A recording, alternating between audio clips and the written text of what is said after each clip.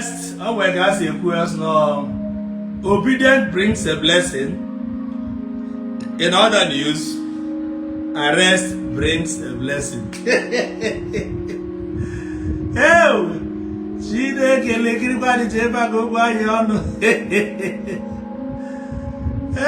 Chineke lekirikwa di Jpac. J5. J5. Ay, omowa. Unu ada like ebe a na-ekwu otuto dị ndị Jesu na ndụ ebe ebe nna like bụ ebe a na-atọ legelege ebe a na-esu ọkpọ. See, let me tell you, there is no other name above n'elu ụwa niile than eje compare the name of God. Most of you guys now have a flight. They Lagos or from East, they Lagos or from East, they Abuja. Obere turbulence. We have a turbulence. A turbulence go Urukuru. Obere turbulence. May flight like this. If you team doctor, Jesus. Can you hear Jesus? He can eat Amadio. Mobaro Bunago. Whosoever that call upon the name of the Lord shall be saved. One day, this road we choose to God. Number one, the road to success. The road to Ike, Kenya. Oh, Kite, Jesus. The road to Owaji. Even I hear my name on the woman Bebo. Anabo, Ishi of the Jpac. And the ways Bafa or Omenala, because I'm not criticizing Omenala Igbo.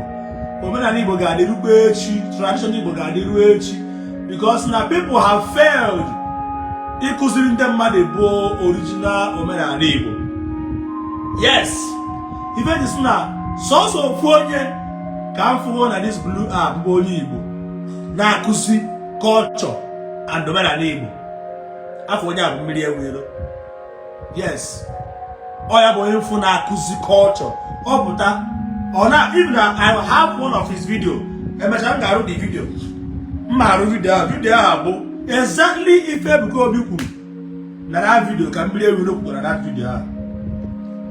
And that makes me to love that young man. If go biku say now you man name Yahoo, na ndonyo che go na client. Who go so we that in put be against it. Million make the same video kwa. When I just say on your native doctor, also I come to realize that now. No one na kuzu Omenala Igbo. Oh, no, some mistake on it. That mistake here, fans are correct to pick here up. At least, I kuzu do Omenala. Even today, a lot of our youth, Amaro, Nsana, Amaro na Ichori Jenuai, Nige Juese. For the youth, I am on the Jews in the North, Nichino Wine, Mana background, Mudegisi, Mana family Mudegisi. Marana, every day, why? Now, your mother-in-law, yes, your mother-in-law, nor the TDA effect, nor a body dear, because the two of them are the family of the Nabani, Munye, Mama Mundegi, na intimidate, dear. And no one do one here, not these are the things that are Jews. Eja Jews. Man, many native dog even an Igbo town had to say, Umoya na Bafa. Kangwa soon, Kebezio, we may ever afa wayo. Ever afa wayo afa fake. If you get a mother fake, drop your comment on this comment section. If you get a mother when they wave afa fake, the same afa Imaronia, Kita, Onya poor, Oya was about the same thing Imaronia, Kika, even afa and afa format. Alpha format. The same Alpha Baronia. Here, Baronia was on a company. Here, about money 50 once or 4 because name I got that. He Baronia, Onya, not poor, on a go. A papa knows about Uroyana fee, on a different angle. So, Maria, I'm saying, Baraga, your saying, Nana, Shuaregi, DJ Bezuza, the image here, DJ Kundagimenka, maybe Kundagimenka. DJ Swallow, Jacaroni, Macarunda Musu. He have a normal challenge in life. Normal challenges of life. Muki must have up and down. Is a must. As long as you're a man, you must have up and down. And whenever you are down does not mean that he will do it. Whenever you are down does not mean they will enter a choke. If I work, it can wear up and down. So whenever you make money today, if I go today, if you don't want to have downfall, you will have savings. You will savings. That is why when Joseph was have a dream, where the group Eze, where the say and them Lord, Navy came over Egypt. I was going about Joseph, where the West here now gave these 3.5 years, but the year of plenty. Another 3.5 years, but the year of riches. Sorry, of famine. As the West known about the highest person, all the whole native doctor and pastors, fake pastors and prophets, no more on they are exactly as it is. Also, they reveal Joseph. Or if I up and down. Joseph, where we to preparation against famine again, a store he will savings, he go there, will savings. Do we want see for investment, they go see about if we store and they will say the day of famine, the year of famine, they will see for the prophecy without solution is nonsense. Ibafa without solution is totally rubbish. So even as I'm not moving, which okay. Any man open up at what? Here no problem. One way or the other. There really so good. If better would be better than arise. Or room go that way so I could share cement factory. Here ups and down. Only open they went up and down. Open your ways the time so open and money they're saying money or very prophecy. Let me not be emphasizing only on about him with a fake man of God. Fake people not get money. Fake people not about name prophecy. Money don't say no amen. Or work the same thing about if or the same thing. The same format, the same okpu, the same format, the same okpu. I say that actually. Oh yeah, actually. So that is why immediately I say KJ me saraka imana saraki mere and jo me example saraki mere na January genderless privilege gender oh we don't know obodo Igbo ta na hana they are doing well but saraka ha mere eme. You too like saga, go inside. Princess, okay, because my page is not page of Apona. Because page in the Nabashawo. If you cannot stay on my page, because there is it button. If you send the referral request, give a turn on this page. Facebook because I'm not over here. You're a young girl and Beroti. So your comments can make your husband run away from you. And your comments can also make your husband to come and look for you.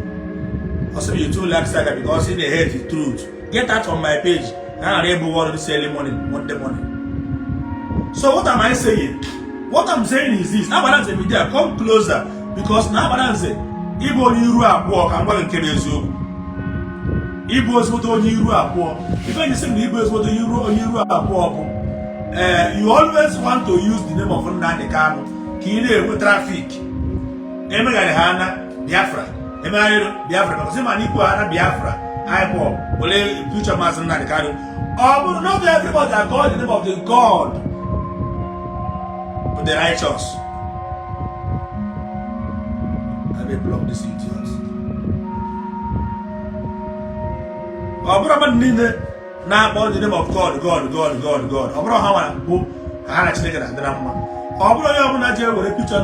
With my profile picture. He said the man. Because they get a message formality night.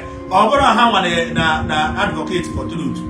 Most of them they see have traffic because Mboso ọbụ na ọkụ si ha na iti picture Maazị Nnamdi Kanu ọkụọ zero ebe ya bụ ife eziokwu ikpute ihu n'ala ị na-achọ followers iche na Nnamdi Kanu na-achọ followers. Whatever you want to drop on the comment section. Your comments count for me. So if you want to insult me, at your own peril, not me. Princess, okay, I will not block you. People will attack you. People that will visit you will attack you. Just to thunder fire you. Oh, thunder fire on the book. Eba abro na ashawo. They got that. Jay mero ma ashawo. Ebi ne ma ashawo na ba kuna. Ebi eba ma block. Ma adigide you wera can pure exit. So what am I saying? If you just me an sacrifice that is you just may yes Saraka. Imana Saraka ibere ije uji 50,000 but I can the place privilege see ni Saraka nyeha imana that alone na para money also. But they will not tell you. Imana that alone na para money also. Mana ma agwa. Even I care pastor today. Alma Hobulu, Isiagu, the same prophecy, same format, same people. The same prophecy, same format, same people. It can never change. Isn't I say, I'm like a practical. Isn't I hear the say, Jeno, funative doctor, Emmanuel will narrow okite. Now money never see a week and I wrote it. Then money 5. General way over about money 5. Bad one by one. If I hope Emeka, Koyagua Ebuka. If I hope Ebuka, Koyagua Shinedu, Nekoyagua Francis, Nekoyagua, the same format. The same format will make change. If there's not natural, what are you natural? Moving on over the Igbo, and I talk I am up to go. That is what I want to even talk about now. You just go on your chawayo. There you go. You just go on your chawayo. Probably not even on your chawayo. You just go on your now when I tell you on your outside. But I walk, you were 10% with the 20%. Agoria ekene arobuna then onye osokwa boyo Nigeria egwu ki mawayo bonye Igbo iwe na ekwesigi na gị na manage the business ori ego gị ijeje to ya na arụsị ka nwanne gị aha ka arụsị gbue mana ijere gwu onye ọcha wayo na-ege m ntị onye ọcha nwere ike je bie bank ego na depression ije bụ onye ọcha wayo ka i wee bụrụ odogwu ị na-eri bi ego onye Igbo kwụkwọzie ego wayo ije tụọ onye Igbo na arụsị na ọ ga-anwụ onwe ha onye ya anwụnị inogo die ọma anwụ because no ịnapụrụ mmadụ napụkwa gị ịnapụrụ mmadụ na-egede mmadụ napụkwa gị o nwere ego anwụnị ọ bụ na ndị a gbara afa. Do you know what it's not a day meeting or one day game planning of coming to Lagos. No, but one day. I'm not going to meeting. No.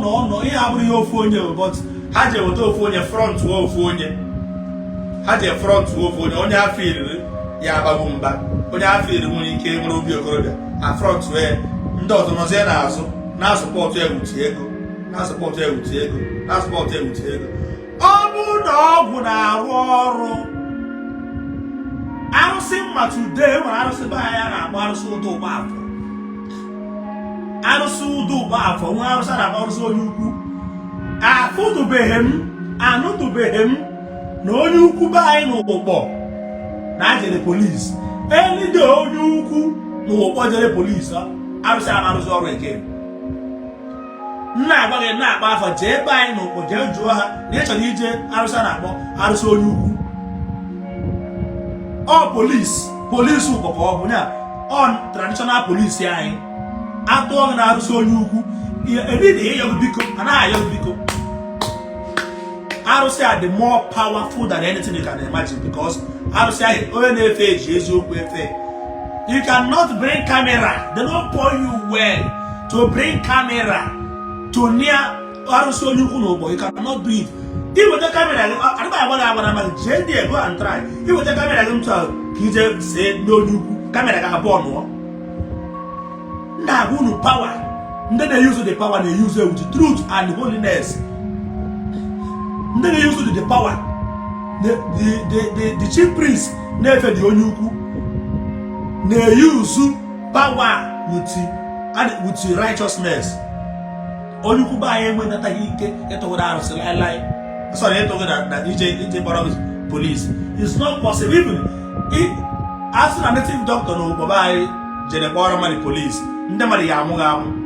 Haga more Kogi is into a brought to lose followers, lose fans, lose relevance. So each other may as now we're not buffer. Go to board, say I need a general Jay with a camera, says the good new came on the phone. Okay, Jabia, a money for game your phone. Your phone, you have blank immediately. Karotu, oh, I'm mobile and I'm mobile. No, was also once in a year. Gone up, don't have anyhow.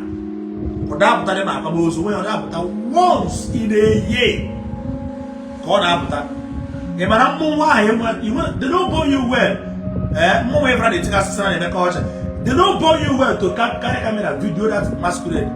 Your camera will burn immediately. The moment I put on a marginal voice, or able to Nenu Wabu. Aqua is Nenu, Pomo, Madan. I never worry, no history. In Canada before me, and it still exists now. No, Bobby, man, I said, Amanacha was said, Mbadike, Mbadike. Jenny Moana, Jenny Kudo, Bimoa, Negrumoa. All but like this, all the booze of Uku, Isiagu. Who say his name or more Wadana instant was born. Automatic about one or who say it's one. That is why pregnant woman doesn't need that much spread. Pregnant woman, I don't know the one so. Oh, I said, I don't know the one so. On up the walls in a year. I'm not on a guy on a Nelu Pute, only Pute, ancient rock on our pony. Obuzo kuro no buta ogoba ofo ye ona agoba ofondo oya gogido ofo ogo cha ofo about 2-3 hours gogido ofo cha ofo bam onapo ya e ma fu say again till next year odo no obo o ye ndo ko ja bamba so o want to be hold you obo na efe arusi ta bu a chief priest na the chief priest na efe mmo the police is not possible. So anytime you are the police, you will remember the arrest and Igbo chief priest, Igbo Tibia. Okay, you will lose relevance. 1, you will lose followers. 2, you will lose recognition. 3, you will also lose money because now the people that are looking up to you. Nandi na gworo kite, ndi na gworo kawele, nandi na gworo client, ndi na gwa ha na ya na arụ ọrụ. Iweje kpọrọ a normal human being police. Those people ya say na enwe ha ọgwụ. Ha ya say na enwe ha ọgwụ because na iwu ọgwụ, onye nwere ọgwụ dị capable of even mmadụ ọmọ ọgaranya. Na eke n'otu onye nwere ọgwụ they capable of him and mother or garanya. Mere mother, Kalayata, Ugo, Mere mother, Mbada Ogo, Mere mother, blue cocaine, blue drug, cross over the Igbo, just a seed there. Rora mother, here naga romadi. Money who go to silence somebody after the way go. He just said, Power police. In a one day, rolling home. You are indirectly telling people ni wero ogu maka na inwe ọgwụ ị gosiri ịka onye ahụ ọgwụ ọ ije tụkwara onye ahụ n'ofu mmụọ ị na-efe. Ịma na amechiri m ọrụ kemgbe na-asụ Jpac adị m emechi ọnụ ife ha mere meeting ha hiri nne to silence me. Ha sị na ha mechara meeting na-enweta ha na Jpac na-enwetago all the bloggers. Ha mechara meeting na ọ bụ na ha na-erume ha ihe silence kwuo Jpac ọ kwụsị ikwu okwu na all the bloggers na ya na ka e were Jpac gosi example. Jpac unu na-eje egosi example abụrọ m pastọ abụrọkwa m prọfet agaghị asị na onwe ebe njeje weta ike o nje defend onwe m abụrọkwa m dibịa and abụrụkwa m a spiritualist. I just bụrụ a normal human being just like me and you. Then onye na-abụrọ pastọ, onye na-abụrọ dibịa, onye na-abụrọ prọfet bụ a normal human being ka ije kpọrọ police, which means na ọgwụ ga-aha arụ ọrụ. That is what you are telling your fans, that you cannot do without police, because their plan is to arrest Jpac ka Jpac no 1 week go the first. Emechara n'ime ndị unu niile mere meeting unu bụ ndị dibịa mechara meeting ofu onye n'ime ha redeem kwara everything niile na plan unu niile bụ ka akpụrụ Jpac ka nọ 1 week and all the whole bloggers megini mechie ọnụ. Unu mechaa planning niile a Jpac pụta under 17 hours. Obi wee na-agbawasị ụfọdụ a na-akpọ Jpac n'ibe ekwensu Jpac ebe akpa amụ ha na-akpọzi n'iyi because na gị na mmadụ na-anụ ọgụ igburu onye ahụ mọpụta esu ya onu n'ala ụbọchị ihe oge eme ihe oge emezi ọ na-agazi gị mbọ ihe niile a na-akpọ mbọ gịnị a na-aga m mbọ n'arụ ụbọchị ihe a emetekwuzi mbọ ka a na-agazi m. Mụnwa bụ onye si na mmanụ na ego ama m gboro n'ore na-arịa m ma obi aka m rụwara gị ọrụ free ka m rụwara gị ọrụ ka inye m ego ole ka ị ga-akwụ m. Mma anaghị mgbe gị na mma ha anaghị because I am contented na nke m nwere. The reason why I glorify the name of the Lord all the time bụ na ọ bụrụ etu the last 3 years ka the last 2 years, ọ bụrụ etu the last 2 years ka this year, and ọ bụrụ etu ka m ma dị gịnị next year. I'm after changes of the Most High God. I'm after aka Chukwu na arụ m. So ebe m na-afọ aka Chukwu na arụ m, adị m akwọtụbeghị m ọgwụ before ka m wee nwee awele. Akwọtụbeghị m ọgwụ before. Many of us in Japan they teach something on the microphone so that you know ka na-efe gị ego. Adị m eti anything. Ana m eji ọnụ m command ya mmadụ, command ya fans, gwa mmadụ ha abịa gị n'ife m ego. That is called mmadụ inwe mburupụta ụwa ibubo. Onye na ibubo mmadụ ji pụta ụwa. Adị m agwọ ọgwụ and agwọtụbeghị m and achọrọ mmadụ ha gwọrọ na m because ọgwụ a na-arụ ọrụ na arụ m. Many people are going to have some Jpac or Guaharu now. The truth of the matter is that Jpac or Guamarator now. One prophet Abugama Jpac or Guamarator now. So see even over Lord Narumbuna Namu J, maybe Aruana or Jaruba Ruana. The man of Arona. Oh, what are Warunarum? Narute, because over Arona, do you think that Attire been as spiritual? Every of their move and they feel a dream. Even this arrest, I saw it on my dream. Now this arrest will be my beginning of my glory. I saw everything coming to me. That is why I was saying they are looking for you. Say, who are you looking for? We are looking for this and say, I am Jpac. I'll see you and then name the photo, but I had your picture now. You say, oh, Muma, let's go. For the last 2 days. We left Lagos on Monday night. Well, sorry, Monday afternoon. Ruta Asaba by 9 p.m. That Monday.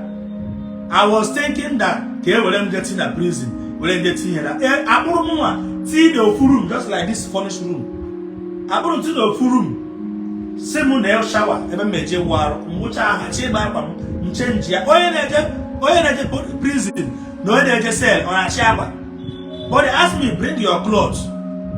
He will change here on a shower. You guys should use your brain. You guys should do what? Use your brain. I said, this is your room. There we go.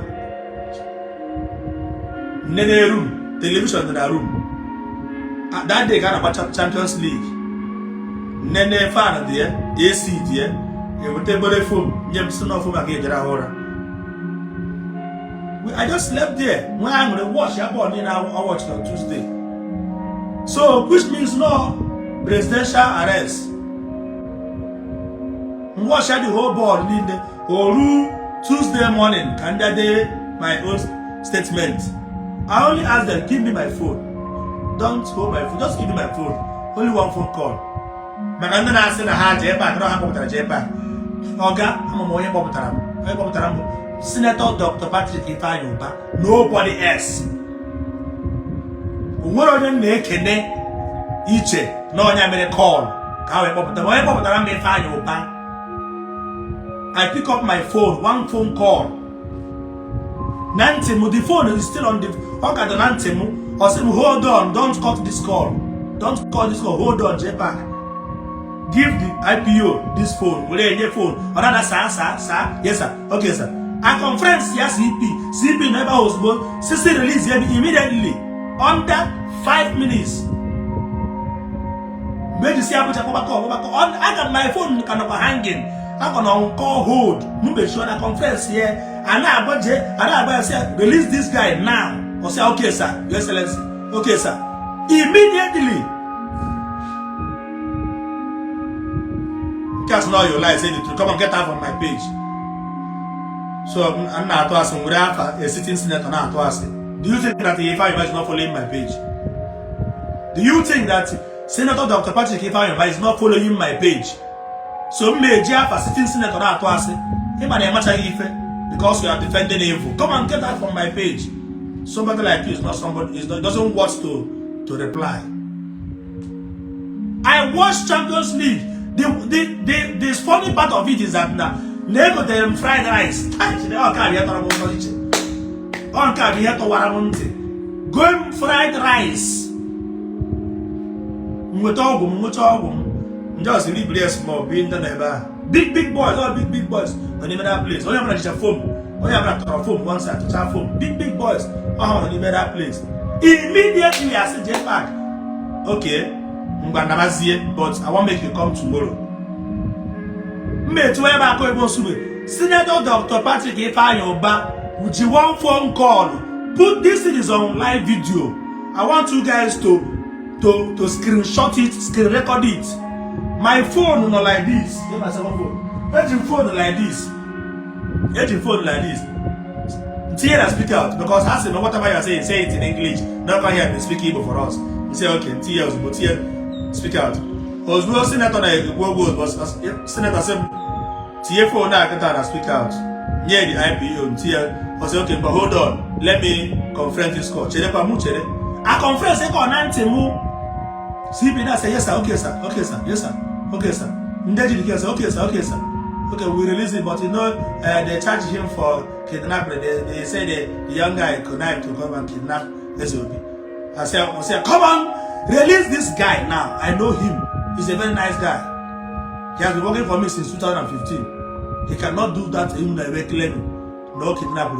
When you get kidnapped, or put on Facebook, we kidnap. No sign. But say, oh, that's the petition there. And I'm going to kidnap. Oh, what are you doing? Oh, where are you going? I'm going to kidnap. Omugano here. Then I got Bafana Gano here. Then I put a gate on here. Nothing. No, you better petition. I Jpac kidnap. Oh, you kidnap. Come on, release him. I say, yes, sir, yes, sir. That is why if I will live long. Oh, wait for your job. If I remember that God will forgive him. He stood and stand on the truth. And they do ade me balance. And they do never that balance. The same thing. See man nabo and have a call. Yaki da money but asemo na Jpac is sleeping there cell. Cell and they went television. Cell and they went AC. Cell and they went fan. Cell and they went phone. Hati in na hotel, private hotel. Na horo mo ran following them mo apata. to tell you that na the mind of people, my heart of men evil. The same people that arrested me, but the nice, okay, my yes, came here for me. Where's your watch? Sir, I need my watch. I change watch. Where's your chain? I change. How much you don't say? I change my money. Let me go. I go to him. Some people, you know, say as you come out now, no go. They talk. Say they don't release you. Make the young man where arrest you. Wear it petition against you. Make you no verse. Make you be like say with the walk. Call the kind of war. I'm a man who get to say. I try to. I look for better work. Oga, I can give my wage. John Onochie, I can give my wage. Look for better work. I don't have work, but I may see it. So John Onochie, go and know what to do with your life. Since we hate truth, easy. Oh no, I don't know. That night self, now relax, I'm on champagne, Nabania. Moro my where I'm going to hotel 11 lodge. That night, after me post that I am out on Tuesday, December, I have been posted because this IPO you're going to make no post. The only I got where the map to go, no, you were the way they go spend the money. The chief doctor and they arrest. He never arrest. He never arrest. I be one of 25 demon. Everywhere 25 demon, where that 25 demon could not guide you not to arrest me. The man of give me a promo. He made a promo to the highest. Look at now, before me live video, the 1K. The 1K view. But now, I'm live video just because of you. You promoted me to the highest. Now I am live video 1.4K watching me. With people sending me stars just because you did not hacking diligently, you did not listen to advice. Never at all listen na Iri Ji na here way the model they so na bwana.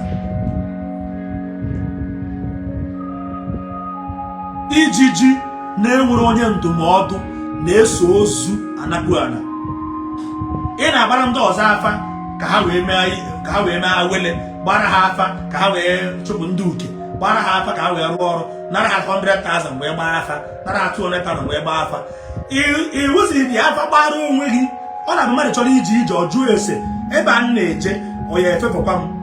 A bar over alpha came out of a favor. He would near Wobum. He did Jpac arrest. On the process of arresting me, you are making me a celebrity. Or for a 100 and what we know. Or if female. Ofonye para dibia mgbe winu ọ bụ na ị gbara afa ya asịrị jee tụọ dị sịga na arụsị ọ kọọ ya ọgwụ ma ọ bụ na ị nwere ọgwụ ha ga-asị gị send kọọ Jpac ọgwụ ma ọ bụ na ị nwere ọgwụ mana dịtọ na ị nwere ọgwụ a na ịgbara afa ịrọsh ya jee ka ị kpụrụ m asụ na fireman ka ọ ka ị disgrace ya ka ndị disgrace asara ka ọ dasị learn lesson ị ma na akpụrụ onye nwe ọrụ ndị nwe ọrụ agba ọsọ. Now Jpac is king of violence. Now put a Jpac goes go. Other bloggers in the nation. Kita can give okun ebido. Kita go okun ebido. Ever became to a pipe or low. I might pipe low banket. Now watch on Facebook. Oh when the goziri bloggers goziri okuna gore. Haga dog do ka battery to woje. Haga dog do ka generator to wo battery. Oh when bloggers in them go use nta. Say okay. Wait, Jpac. He brought Jpac a native doctor, a pastor, a prophet, just no bad Jpac a blogger. Come Jeburu in 17 hours. Wait hey, so who not do Jpac and RC? Who not go who said the demon? Jpac webota. Kita. Who not go on the blogger who never hobble? Kita blogger a moon. Eh? I make him to a pipe all around Musabo. Blob gas ya tagidu because I'm no they were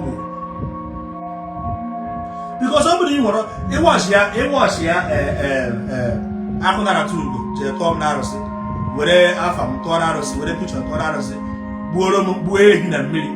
Oh, believe for no good care, according to him. Only here he killed Boran police, but Boran, he'll believe for no good care, also call try a lock. try ya lock nke mu wa begini watch up and pass.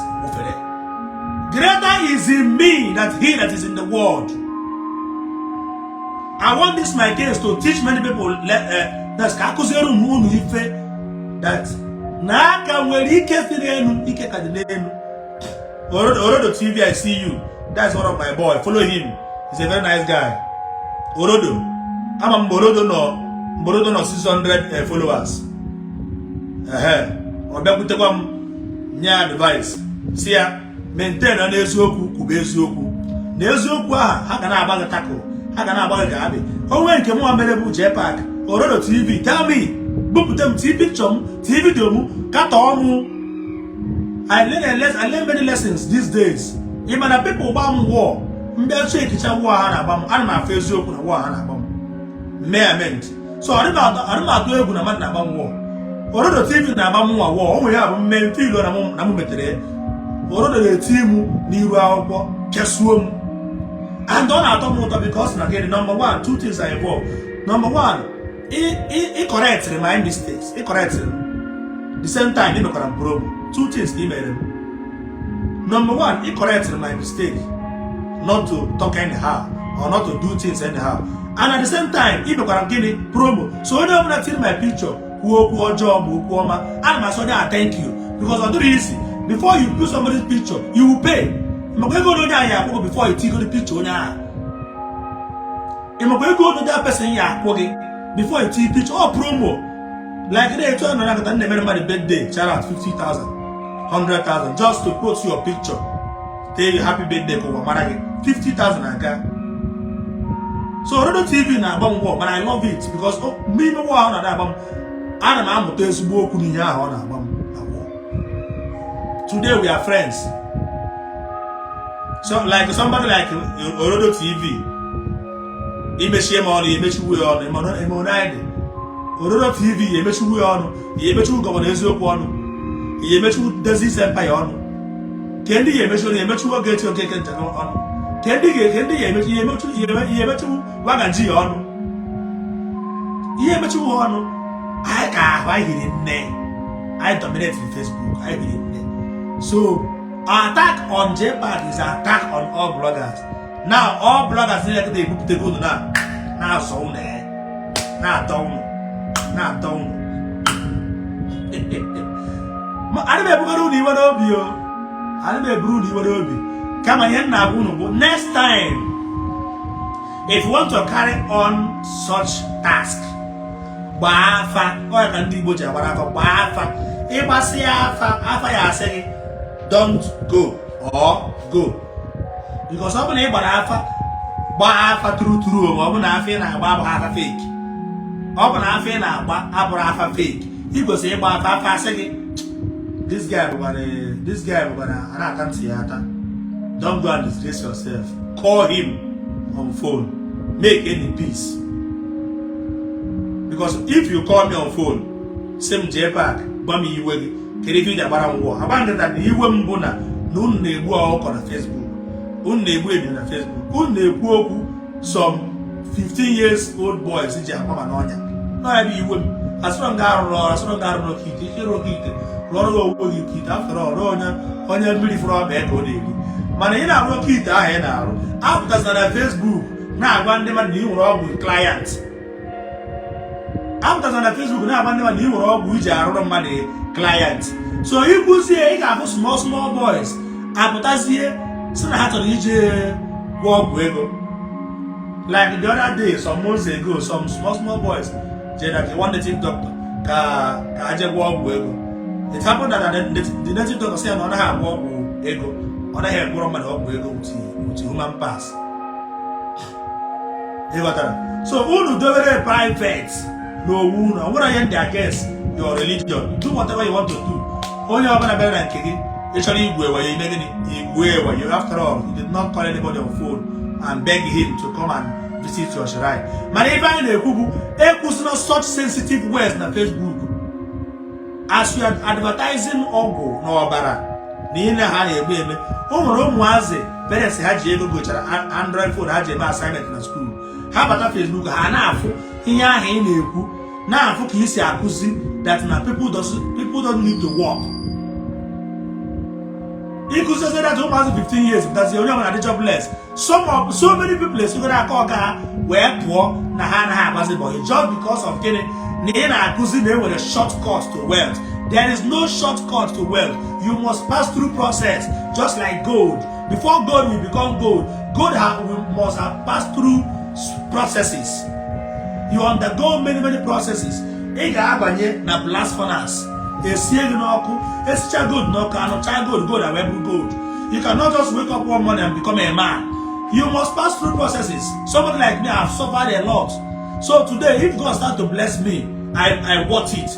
Because somebody like me, I go depressed. To the rest of now the suffering is too much. But when things begin to right, that is why they say that oh when they snake there, na hanga mate na 25 years. When they snake it's a new Leo or Papa Kana because when they snake na hanga mate na 40 years. When they snake there na hanga mate na 55 years. When they snake na maybe those at the age of 30, depending ada aga chukuniru. So if you get to success again, call it too closer. You also don't to open your time of your life or they were too closer. How many at the age of 80 years? They don't go do years. They don't weigh 1 at 28 years. Don't weigh 1 at 30 years. As long as you keep as long as you go as long as you Igbo, as long as you Arabaka. When I just say na, but I am the Gubu. After na Facebook na one them made. Na go when they na whatever no woman.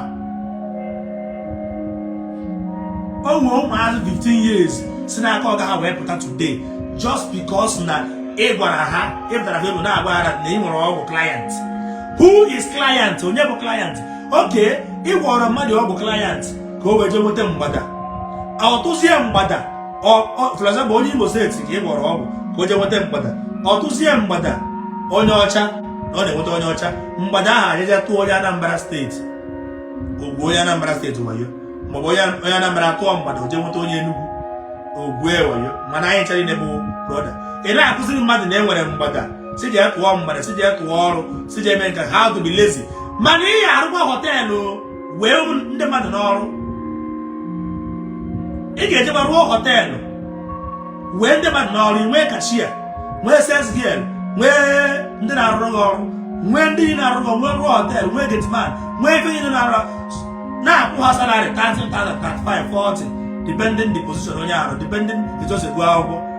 You don't tell them to leave that or a hotel. Kahadazie, Kerora or client, Kahade with the client. Money or Hanya Horo.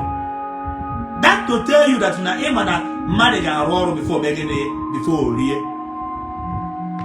Akajaja, never be the on man. All everything but client. No ka. Igwara mmadụ ọgwụ ka onye ahụ wee buru ọgwụ cocaine wee sebe wee jee Mozambique wee si Mozambique wee jee South Africa wee jee Thailand onye ahụ abịakwute gị ịrụ ọrụ na o nwere onye chọrọ ibu ya ka o rie afịa ka o wee jee bute mmadụ ha na Thailand ka o rie afịa ka o wee jee wee si oke na ihe wetere 10% ihe wetere 20% ihe wetere nke ọzọ onye napụ 1 million naira wee jee and onye ahụ bụ 20 bags. Erecha they have killed ebe 150 million. Have killed they had ebe 150 million. Onye aka obuchezie dị aka ụzọ ya wee gaa. Ọ bụ na ị nwere ọgwụ na ọgwụ ga na-arụ ọrụ na ị nwere 30 demon 100 demon na-eso gị eje na-agbara gị ọgwụ nwee 25 demon. Ọ bụ na ị nwere ọgwụ ị gara emebu ịkpọ that boy ya dua ya aga ị nara dị ahịa chọrọ 5 million si ya na ịbata na ihe esetụlụ ya na ya nwa jee dị ahịa ije ọ na-eje na ga-ejide ị gara nara ya dị ahịa nara ya dị ngwongwo baa flight jee deliver dị ahịa na Thailand jee deliver dị ahịa na Cambodia narazi onye a 20 bags ahụ na-abịa agwa ọgwụ na ka ị napụrụ 1 million 5 2 million ka onye ahụ wee jee ụzọ gaa narazi dị ahịa 20 bags buruzie cross wụọ jebezi Australia na-eme ahịa na agara ọnụ ịnarazi dị ahịa bụ na ibu ọgwụ ị nwere 25 demon, ị nwere 30 demon, ị nwere 100 demon, and those demons are capable and able to stand by you and protect you. Ị bụrụ ngwongwo jee Cambodia narada boy ahịa ha ịnara dị ahịa ị ga-eme bụ ịba flight jee deliver dị ahịa ire 150 million ịpụta iwere, in fact were 70%, were 70 million. Ịma na ị ga-egbu ozu mana ị ga-afụ ndebe anyị na-eje ebe dibia for the first time na South Africa. Ha nọ street na-atụ ahịa ntụke, ha na-ere ahịa ntụke. Ha ama ha pastọ, ha ama ha dibia, ha ama native doctor, ha ama ha prophet, nwa egburu ha ama. Ha ewere obi, ihe eji eje ahịa bụ obi. Ife eji ebu ngwongwo bụ obi. Etu a ebe ibu ngwongwo m krọsụọ, obi m si ha n'ike nabata. Everybody n'ụwa nwere ihe na-agbara ya ama. Onye ọbụla n'ụwa nwere nnụnụ mgbaama. Onye ọbụla n'ụwa nwere ife na-ekwere egwu. Etu a nọ na nchọ ime ihe ọjọọ, obi m na-asị m mee, obi m na-asị m eme na. So nchọ ịpụtara bụ taa ime mana ihe akata ya eti m na prison. Obi m ya agwarịrị m sị m na ụzọ ama adịba ahụ m kụpụrụ ihe, m kụpụrụ ndị a. The highest ịgba afa n'ụwa bụ afa obi. Obi ọbụla gbara gị afa bụ ezigboto afa. Obi gị ya agbawuru gị afa, ọ bụrụ mmadụ, because mmadụ amaka obi gị. Onye a na-agbara gị afa na-ara nwaanyị, onye a na-agbara gị afa na-ara ashawo, onye a na-agbara gị afa na-eje klọb, onye a na-agbara gị afa na-akpa iko na-aragharị ọgụ up and down. So ka o si dị gị na onye na-eje ara ashawo na klọb, nwaanyị gba ọtọ slippers ewere ike na-eme gị like this, na-eme gị n'ihe iji bụrụ nwoke ọrụ ọbụcha gị. Ka o si dị gị na onye agha nwaanyị nyere ọhụrụ na klọb na ọ ya afụwa ụzọ mana ihe dị gị n'obi. Unu enwere sense, not unu. Some people enwere sense, not unu. Sorry to use that word. So many people enwere sense. Somebody ejere na klọb raa nwaanyị, rasịa nwaanyị, pụta ọ chịrịkpa afa si na ị nwere 32 demon, chịrịkpa afa gbara gị afa. Ọ dị ka onye ahụ ọ ga-afụ ụzọ mara ihe dị gị n'obi. But because na ịdịgo mentally deranged, ịpụtazie mmadụ jejedara nwaanyị na weekend buru ashawo were ego na-agwa esi ashawo n'ara mbụ native doctor nwere 30 demons. Ịchịgharịcha onwe gị gbuti ashawo na weekend, ịpụtazie esi ka ije gwọọrọ onye n'obodo oyibo ọgwụ ka o wee nwee client. O nwere onye ka ndị ọcha agwọ ọgwụ? Anyị nọkwa be anyị ndị ọcha si obodo oyibo bịa be anyị bịa bukọrọsị arụsị anyị nara ihe je rụọ private jet, bukọrọsị arụsị anyị na ha glorify, anyị na-eglorify na anyị nwere ọgwụ, na-eglorify na anyị nwere ọgwụ. Mana ndị ọcha si obodo oyibo bịa buru arụsị anyị na je rụọ kọmputa, were arụsị anyị je rụọrọ anyị fonu, bukọrọsị ọdịmọnọ teknọlọji eji arụ ụwa taa rụọ n'ala Igbo ka o si. Oh, you don't know. Na technology eji arụ ụwa today, that we live in the era of technology. Ọ na ịbụrụ na n'ala Igbo ga-eziburusi ọgwụ niile ahụ. Anyị ga na-ehikwa ụra ndị ọcha bịaba anyị bukọrọsị ọgwụ nye anyị ego, because na anyị ama ha the value of arụsị anyị na-efe. Bukọrọsị ya nye anyị ego, buruzie jee obodo oyibo were develop ụra anyị, rụọrọ anyị fon. Anyị bụ ndị Igbo bịagorozi ya egoro, i werezi ya ego gị bịagorokwa ọgwụ gị. Enwere ịgbara fon abụọ arụsị Igbo, i werezie ego bịazie egoro ọgwụ, i werezie aje rụọrọ anyị fon, rụọrọ anyị technology, rụọrọ anyị private jet, rụọrọ anyị atomic bomb, rụọrọ anyị many things. Anyị nwa abịaziela goro egoro. Ebee ka dibịa asị anyị nọ? Ebee ka arụsị niile aha nọ? Ndị ọcha na-eji paracetamol, ha ejighị paracetamol. Ndị ọcha bịa nwụrụ anwụrụsị anyị pite aka ntu a were arụsị na gịnị tii na akpa kechie baa flight na obodo oyibo were arụsị anyị je rụọ teknọlọji. Ọgwụ unu na-eme ihe mmiri eze nwaanyị pawa eze nwaanyị ya si na mmiri pụta, si na mmiri pụta. Mana a na-arụ second Niger bridge. Ndị ọcha na-arụ second Niger bridge abịa jide mama ịwọta na I need to talk, guys. I have vibes, I need to talk. Ndị ọcha abịa na mmiri baa na Julius Berger batakwa na third mainland bridge. Mgbe a na-arụ third mainland bridge, bata na mmiri, nwude mama ịwọta ahụ na-agba eze nwaanyị nne m dị na mmiri na asị m na mmiri bịa eze nwaanyị mmiri eze nwaanyị nka Julius Berger bịa jide mama ịwọta na Second Niger Bridge jide mama ịwọta pido ya ka ntụ a pịwa mama ịwọta ọnụ pido ya ka ntụ a si ya it's time we bring development it's time we will bring development to Igbo.